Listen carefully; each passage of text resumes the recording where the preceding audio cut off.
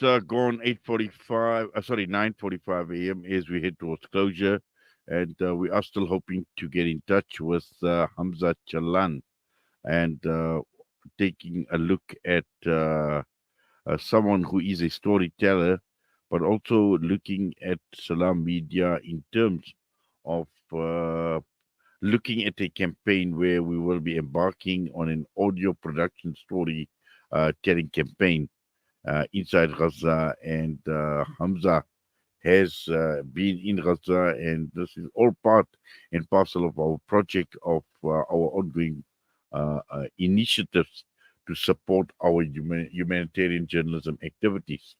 Now, what we are doing while we are waiting on Hamza is to take you back to an interview, and I must say it's a very, very interesting interview which was conducted by my colleague Selaelo Makhwidiri, chatting to Sulaiman Ahmed, who is a UK-based journalist, unwrapping what really actually happened on the 7th of October.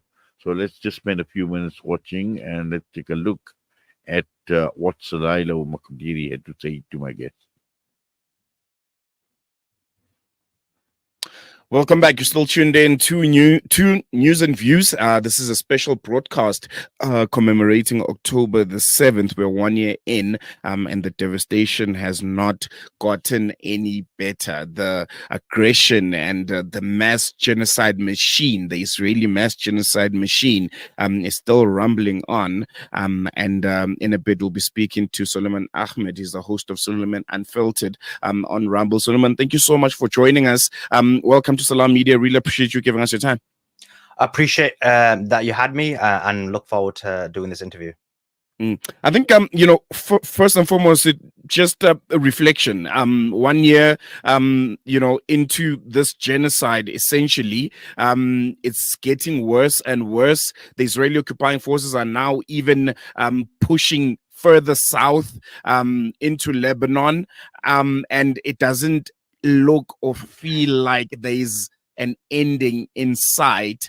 What do you make of the year that has been, and the catastrophe and genocide that we've witnessed unfold right before our eyes?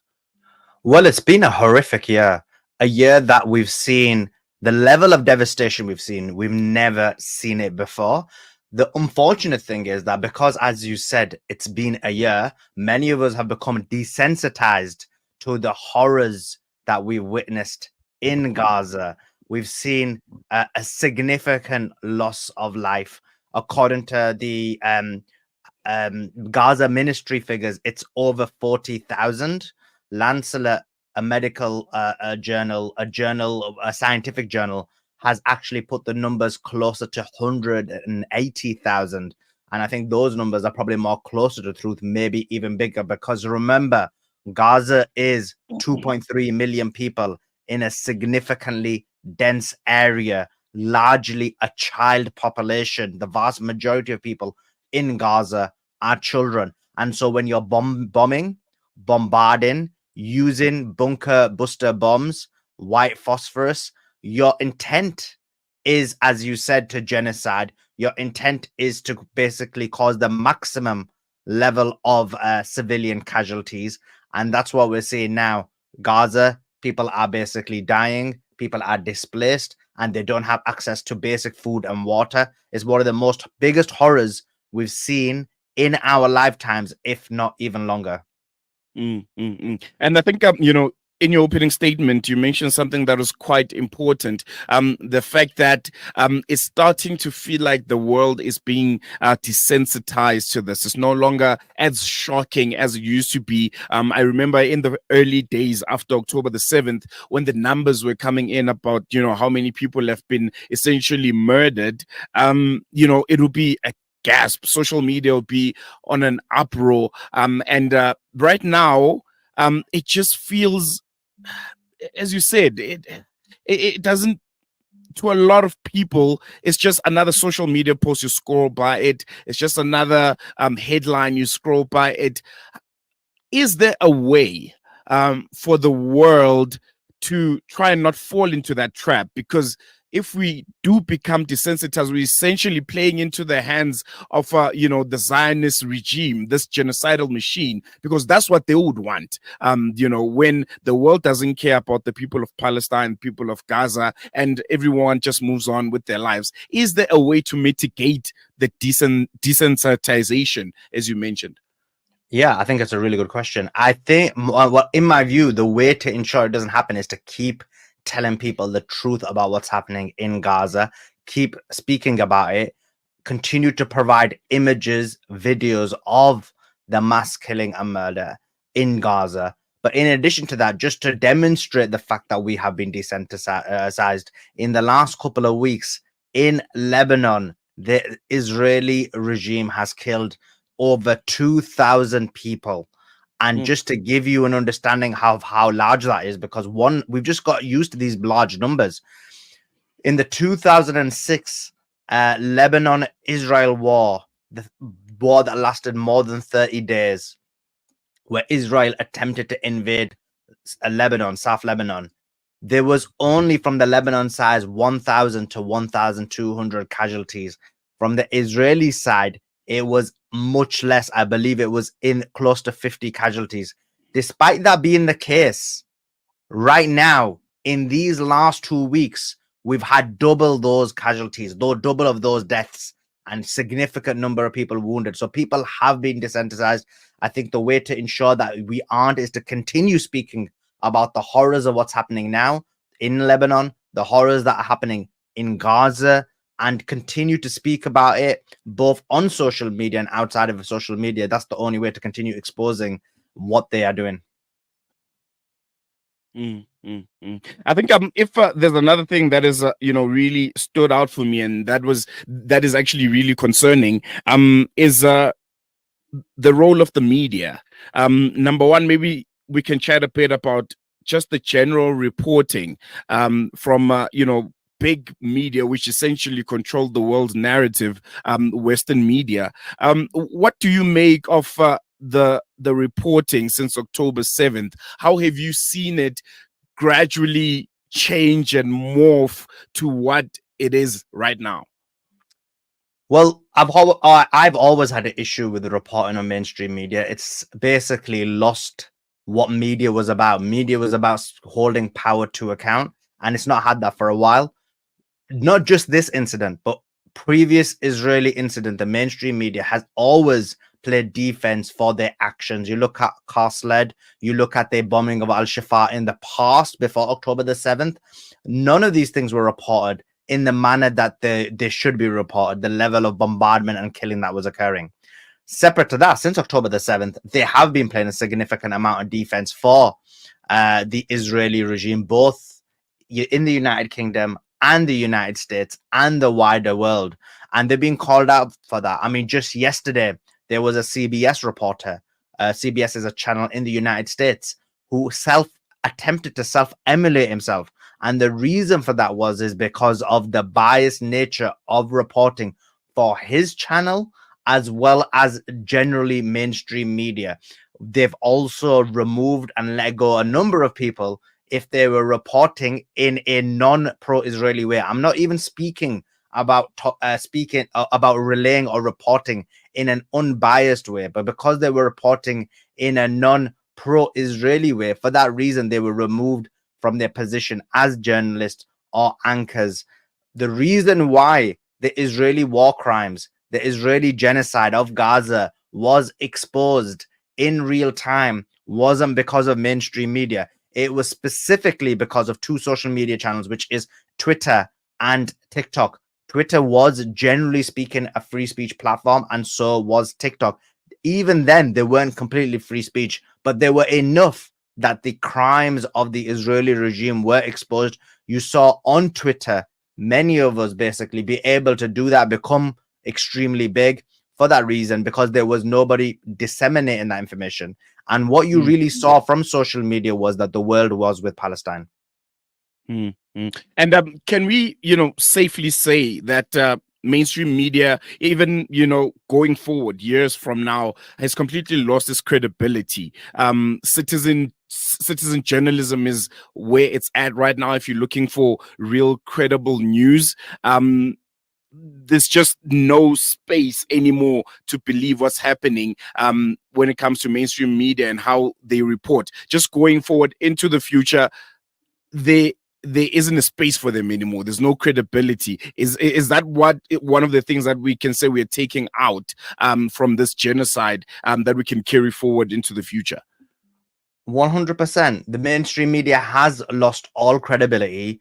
People don't respect their reporting whatsoever, and nobody sees their reporting as being unbiased. Even if it was this issue, the Russia-Ukraine war, or various other issues that have happened in society over the last few years, people don't see the mainstream media as credible. But when it comes to citizen journalism, initially there was a level of credibility when it came to citizen journalism.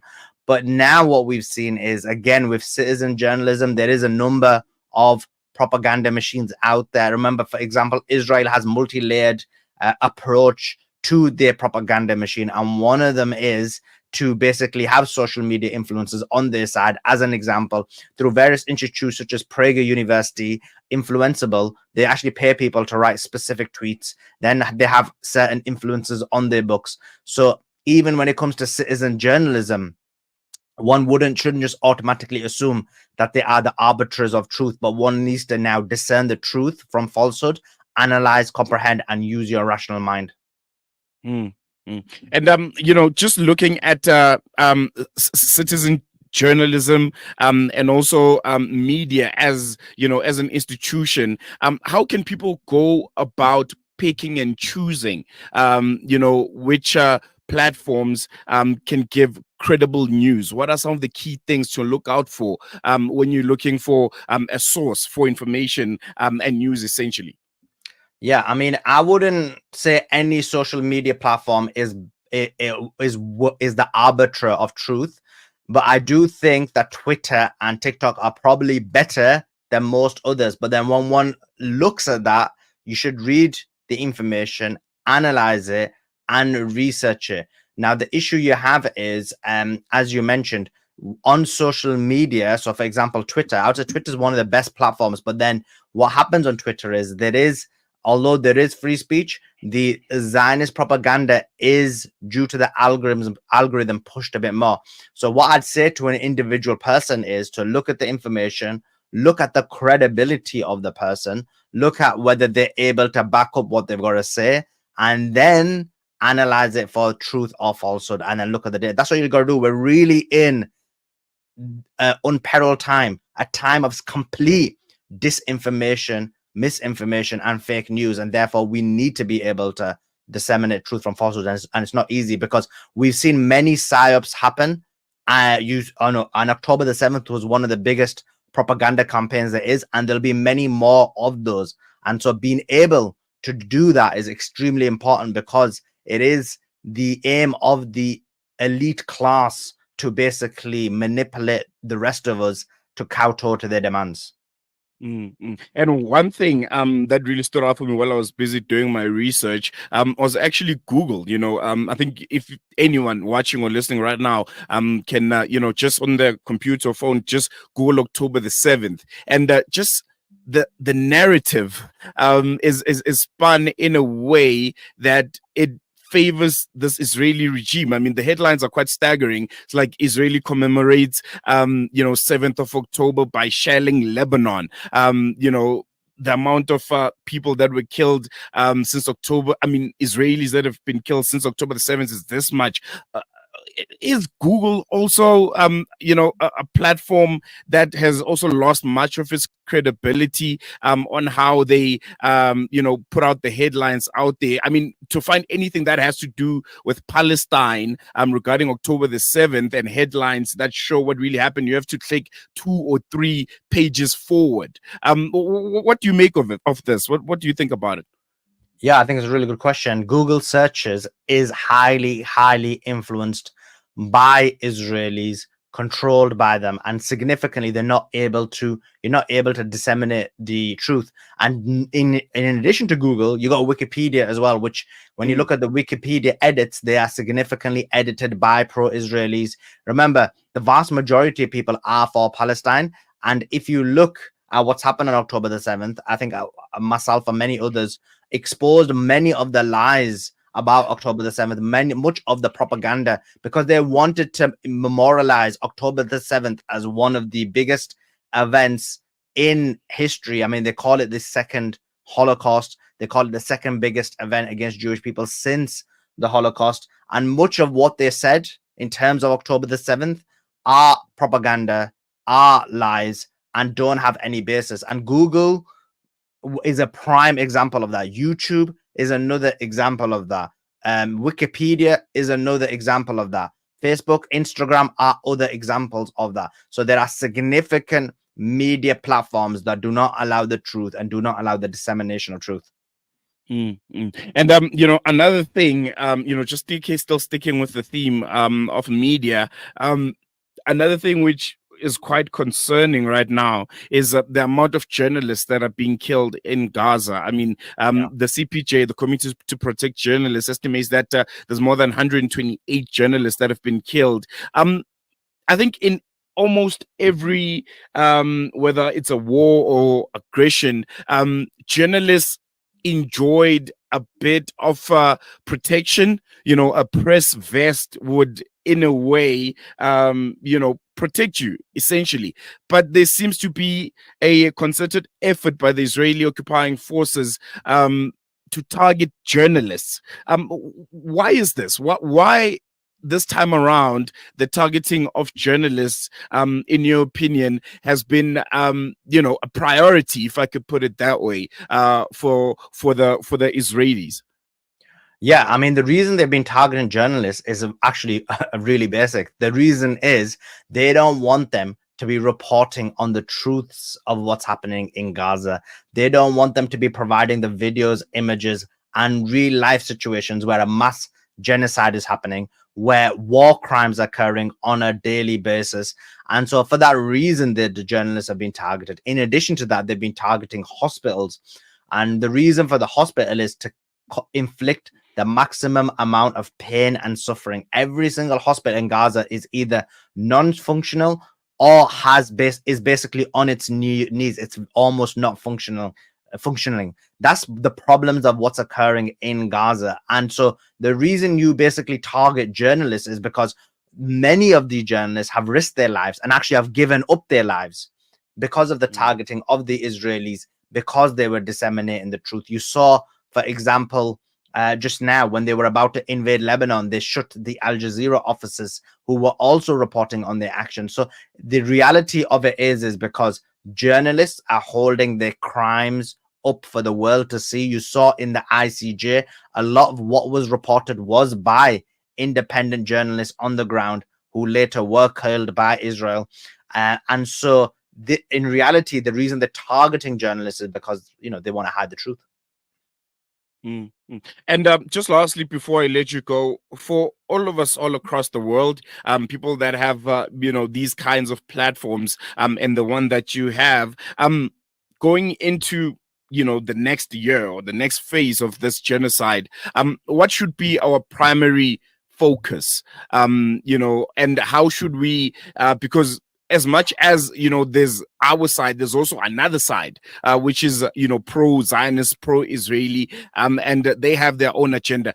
How do we also keep up with what they are doing and the propaganda that they are spreading, so that essentially, beginning with what we were talking about, when we started the conversation, that we don't become desensitized to it, and this propaganda essentially prevails. People with platforms like ourselves, how do we, maneuver the next year? It's a very good question. So we know that the entire Zionist complex, although numerically is small, but financially and in terms of their control is significant. They significantly have a large control over the medias, and they're able to perpetuate their falsehood. So it requires us, obviously, first of all, to work around the clock. It requires us to work together to expose much of the lies that are happening by the Israelis. October the 7th is a prime example of that. And throughout this last year are good examples of that. But in addition to that, continue to highlight many of the crimes that are happening, continue to report what's happening both in Gaza and now the invasion and bombing of Beirut, and working together to do it. Because remember, we're going against, and that when I say working together, I mean irrespective of race, religion, or creed, irrespective of what your background is, we need as many people as possible on the front lines to be able to fight against this Israeli narrative. And it's not easy to do so. Definitely. I think we're going to leave it there, Sulaiman. Thank you so much for giving us your time. Really, really appreciate it. And I hope we can chat soon, you and I. Appreciate it. Thank you so much for having me. Well, there you have it. Sulaiman Ahmed there, the host of a podcast on Rumble. I think it's a really, really interesting one. It's called Sulaiman Unfiltered. You can check it out on Rumble. But yeah, I think really, really key insights. And I think the focus on journalism and social media plays a really, really integral, point in this genocide. I think, the war is fought on the front lines and in the ground, but there's another side to it, which is online, the space that all of us exist in, a space that controls narratives and where propaganda can easily be spread. I think we've witnessed that firsthand this time around. So yeah, really interesting insights. If you've missed this conversation, you can check it out on our website, www.salamir.com. I'm sure you'll be finding the podcast ready and packaged there. We've come to the end of the special broadcast, but there are more interviews lined up for you as we continue to commemorate October the 7th, but we're going to leave it here for now. Goodbye.